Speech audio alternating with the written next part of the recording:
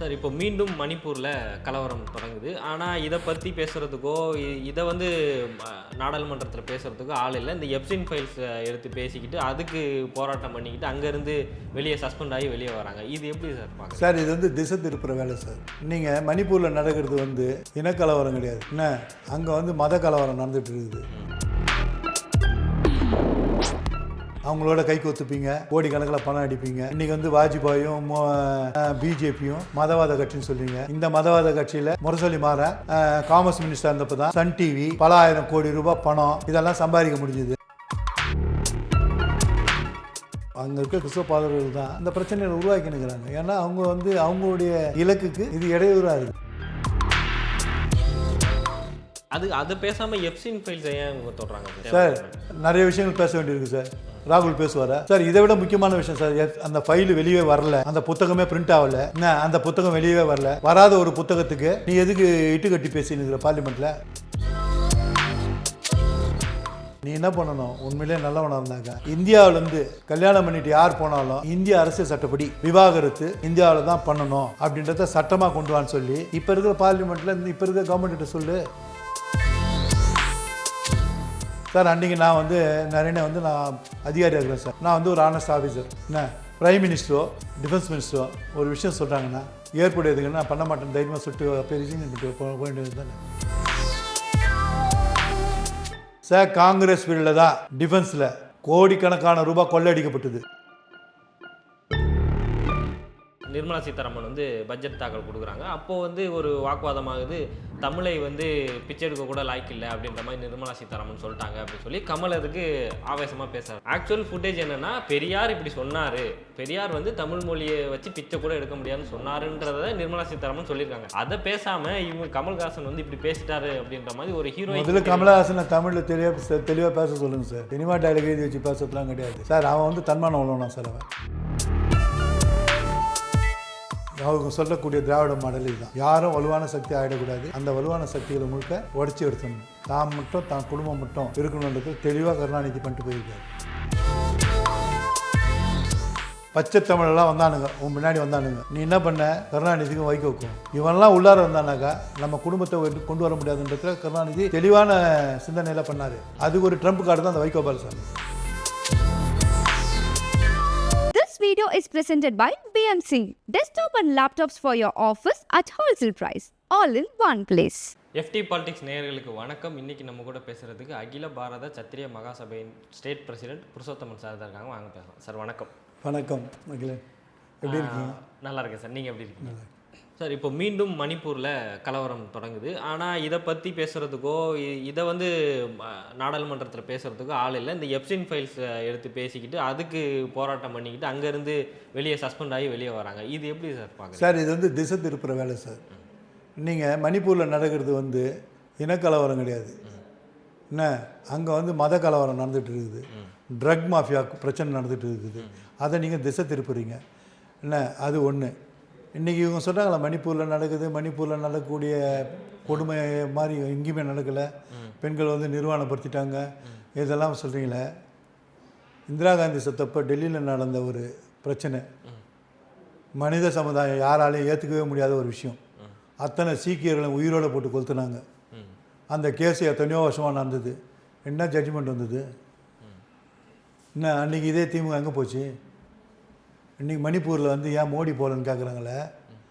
அன்றைக்கி இந்த மாதிரியான ஒரு கொடுமையை பண்ண காங்கிரஸோட நான் எதுக்கு கூட்டணி போகணுன்ட்டு கடைசி வரைக்கும் கூட்டணியை போகாமல் இருந்திருக்கலாம்ல. அவங்களோட கை கொத்துப்பீங்க, கோடிக்கணக்கில் பணம் அடிப்பீங்க. இன்றைக்கி வந்து வாஜ்பாயும் பிஜேபியும் மதவாத கட்சின்னு சொல்லுவீங்க. இந்த மதவாத கட்சியில் முரசொலி மாற காமர்ஸ் மினிஸ்டர் இருந்தப்போ தான் சன் டிவி பல ஆயிரம் கோடி ரூபாய் பணம் இதெல்லாம் சம்பாதிக்க முடிஞ்சுது. இல்லை மணிப்பூர் விஷயம் வந்து சார், அது வந்து யாராலும் தடுக்க முடியாது. ஏன்னா அது முழுக்க முழுக்க ட்ரக் மாஃபியா பண்ணுற வேலை அங்கே. அதை கூடுமான வரைக்கும் இந்திய அரசாங்கம் அதை தடுக்கணும்னு நினைக்கிறாங்க. மீண்டும் மீண்டும் அது வந்துகிட்டே இருக்குது. அதுக்கு முடிவு பண்ணிவிடுவாங்க. முன்னெல்லாம் போகவே முடியாது. முன்னெல்லாம் வந்து போக்குவரத்துக்கே வசதி இல்லாமல் இருந்தது. இன்றைக்கி வந்து நார்த் ஈஸ்ட்டு ஃபுல்லாக கனெக்ட் பண்ணிடுச்சு இந்த கவர்மெண்ட்டு. இன்னும் ட்ரெயின் அந்த எண்டு வரைக்கும் போயிடுச்சுனாக்கா அதுக்கு பிறகு பார்த்திங்கன்னா இது மாதிரிலாம் நடக்கிறதுக்கான வாய்ப்புகள் குறைஞ்சிரும். அவன் வெளியே வர ஆரம்பிச்சிருவான். அவன் வேலை வாய்ப்புகளை தேடி இங்கே போவான். அப்போ அந்த மாதிரியான பிரச்சனைகள் வர்றதுக்கு பெரும்பாலும் இருக்காது சார். அங்கே துவக்கி வைக்கிறதே கிறிஸ்டியன்ஸ் தான் சார் பண்ணுறாங்க அங்கே. இல்லை அது வந்து சொன்னாக்கா வருத்தப்படுவாங்க. அங்கே இருக்க கிறிஸ்துவ பாதர்கள் தான் இந்த பிரச்சனைகளை உருவாக்கினுக்கிறாங்க. ஏன்னா அவங்க வந்து அவங்களுடைய இலக்குக்கு இது இடையூறாக இருக்குது. இது முடிவுக்கு வந்துடும். இப்போ அங்கே வந்து மதக்கலவரம்னா 2 இனக்குழுக்களுக்கு இனக்குழு ஆக்கிட்டாங்க சார். இந்துக்கள் ஒரு இனக்குழுவாகவும் கிறிஸ்டியானிட்டி ஒரு இனக்குழுவாகவும் இருக்காங்க அங்கே. ஓகே சார், இதுதான் அங்கே நடக்குது. அதை பேசாமல் எப்சின் ஃபைல்ஸ் ஏன் இவங்க தொடுறாங்க சார்? சார் நிறைய விஷயங்கள் பேச வேண்டியிருக்கு சார். ராகுல் பேசுவாரா சார்? இதை விட முக்கியமான விஷயம் சார், அந்த ஃபைலு வெளியே வரல, அந்த புத்தகமே பிரிண்ட் ஆகலை, என்ன அந்த புத்தகம் வெளியவே வரல. வராத ஒரு புத்தகத்துக்கு நீ எதுக்கு இட்டு கட்டி பேசினுக்கிற பார்லிமெண்ட்டில்? சார் நம்ம நாட்டிலேருந்து பல பேர் வந்து வெளிநாடுகளுக்கு வேலைக்கு போகிறாங்க. நிறைய அதாவது இங்கேருந்து கல்யாணம் பண்ணிட்டு போகிறானுங்க. வசதி வாய்ப்பாக என்ன பண்ணுறாங்க, பையன் அப்ராடில் ஒர்க் பண்ணுறான், சரி நம்ம பொண்ணை கொடுத்தாக்க நம்ம பொண்ணு நல்லா வாழும் அப்படின்னு அவன் என்ன பண்ணுறான், இதை வந்து வியாபார பொருளாக்குறான். இவ்வளோ டவுரி கொடு, இதை கொடுன்னு வாங்குறானுங்க. இங்கே ஒரு சிஸ்டம் ஒன்று இருக்குது. நீங்கள் அப்ராடில் போயிட்டு ஒரு குறைஞ்ச காலம் உன்னோட சேர்ந்து வாழினாக்கா அது ஆட்டோமேட்டிக்காக டைவர்ஸ் அங்கே. என்ன இது வெளிநாடுகள் முழுக்க இருக்குது. அப்போது அந்த பெண்ணை அங்கே போய் விட்டுடுறானுங்க. அது சாதாரண, அதாவது கல்யாணம் ஆகிட்டு அந்த பொண்ணுக்கு குழந்தை இல்லைனாக்கா பிரச்சனை கிடையாது. எப்படியோ அங்கே போய் குழந்தை பிறந்துச்சுன்னு வச்சுங்க, அந்த குழந்தை அந்த நாட்டோட சிட்டிசன் ஆகிடுறான். அந்த குழந்தைய வளர்க்குறது கஷ்டம். ஓரளவுக்கு நல்லா படித்து நல்ல ஒரு பொசிஷனில் போகிறவங்க சர்வைவல் ஆகிடுவாங்க. சாதாரணமாக கல்யாணம் பண்ணின்னு போகிற பசங்களுடைய நிலையெல்லாம் ரொம்ப ரொம்ப மோசமான நிலையெல்லாம் அங்கே இருக்காங்க. ஆனால் அந்த அரசாங்கம் அவங்களுக்கு உதவி பண்ணுறாங்க. அந்த உதவி எப்படின்னாக்கா, எப்படி இப்போ நம்ம ஸ்லம் போர்டில் ஒரு வீடு கொடுத்து நீ பார்த்துக்க, உன் குழந்தைய பார்த்துக்க அப்படின்னு.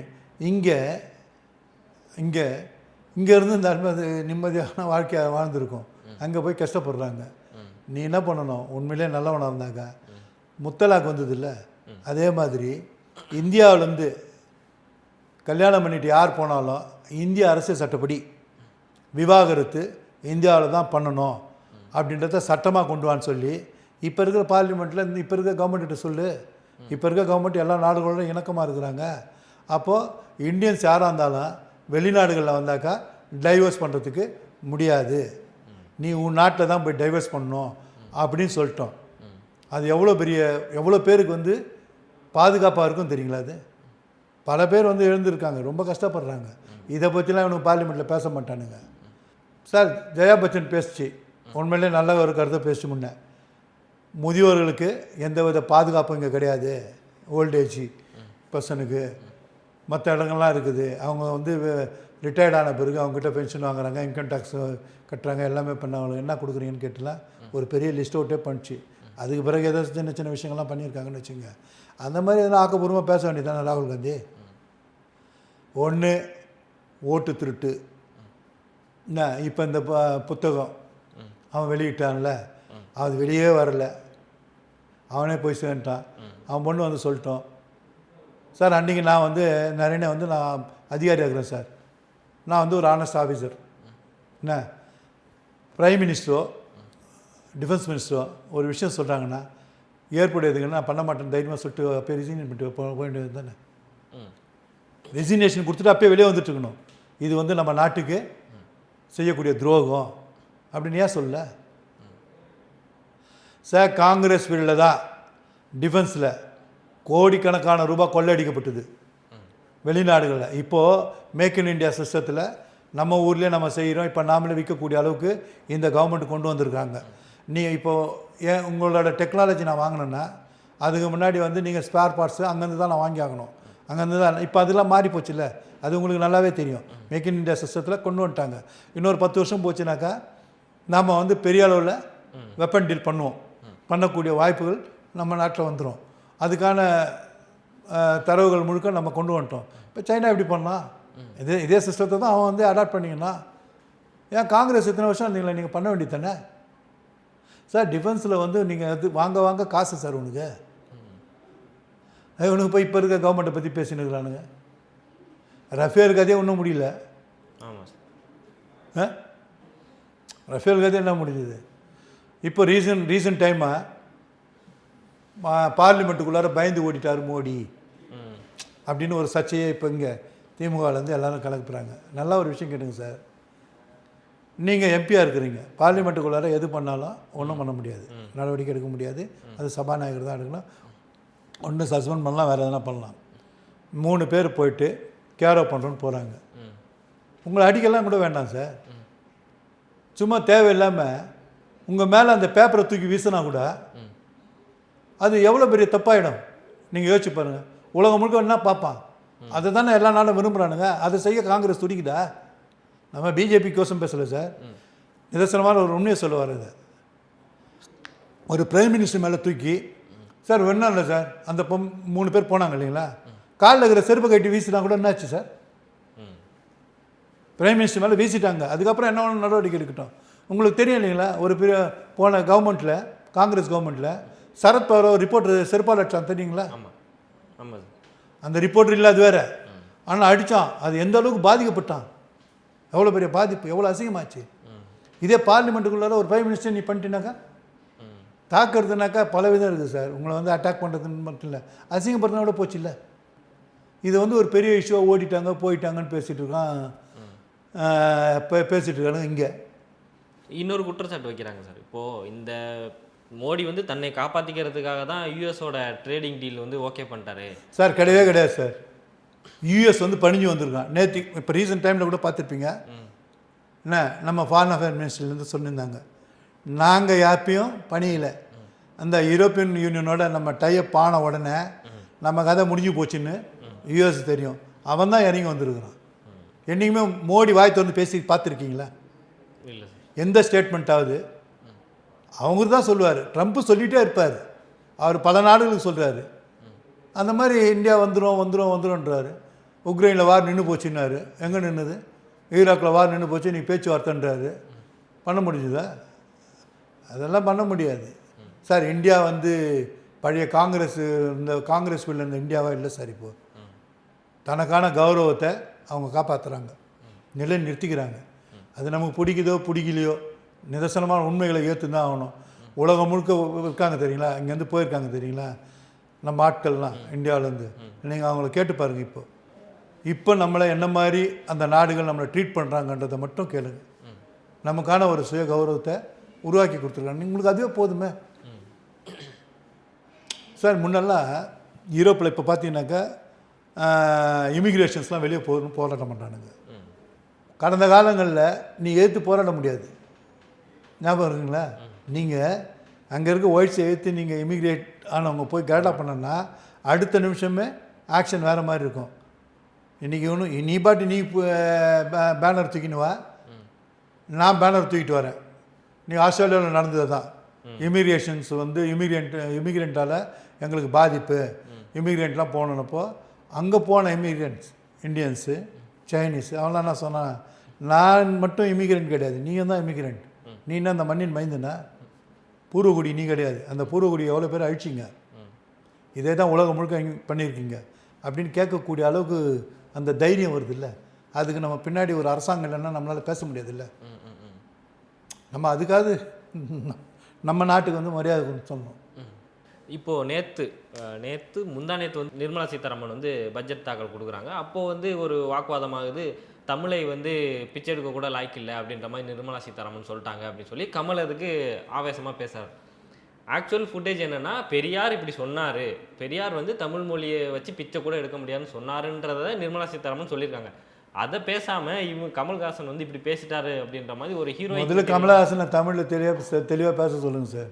சினிமா டைலாக் எழுதி வச்சு பேசுறதுலாம் கிடையாது சார். அவன் வந்து தன்மானம் உள்ளவனான் சார். அவன் என்ன, அவன் வந்து இந்த கட்சியை ஒழிப்புன்னு சொன்னான். திமுக எதிராக டிவியை போட்டு ஓடிச்சான். என்ன, தனக்கு ராஜ்யசபா எம்பி கட்சா போதுன்னு ஓடி போயிட்டு நீங்கள் எல்லாம் வந்து டார்ச்சியெல்லாம் வந்து திமுக கட்சி காட்டுவோம், நமக்கு ஓட்டு போடுவோம் அப்படின்றானே. இதை விட கேவலம் இது இருக்குது சார். இவனே திமுகவில் இறக்கப்பட்டவன் சார். ஏன்னா ரஜினிகாந்த் வந்து பிஜேபி வரான்னு தெரிஞ்ச உடனே கார்டு நவுத்துறாங்க, கமலஹாசனை தனியாக கட்சி ஆரம்பினாங்க. ரஜினி பேக் ஆன உடனே வேறு வழியே இல்லை, இந்த எலெக்ஷன் வரைக்கும் நீங்கள் பாருங்கள், அப்புறம் நீங்கள் எங்களோட வந்துருங்கன்னாங்க, போய் சேர்ந்துட்டாங்க சார். திமுக யாரையுமே தமிழ்நாட்டில் தன்னிச்சையாக வளர விட மாட்டான். உடச்சிட்டே வருவோம். இது இப்போ கிடையாது, ஜஸ்டிஸ் பார்ட்டி பீரியட்லேருந்து இது தொடர்ந்து நடந்துகிட்டே இருக்குது. அவங்க சொல்லக்கூடிய திராவிட மாடல் இதுதான்.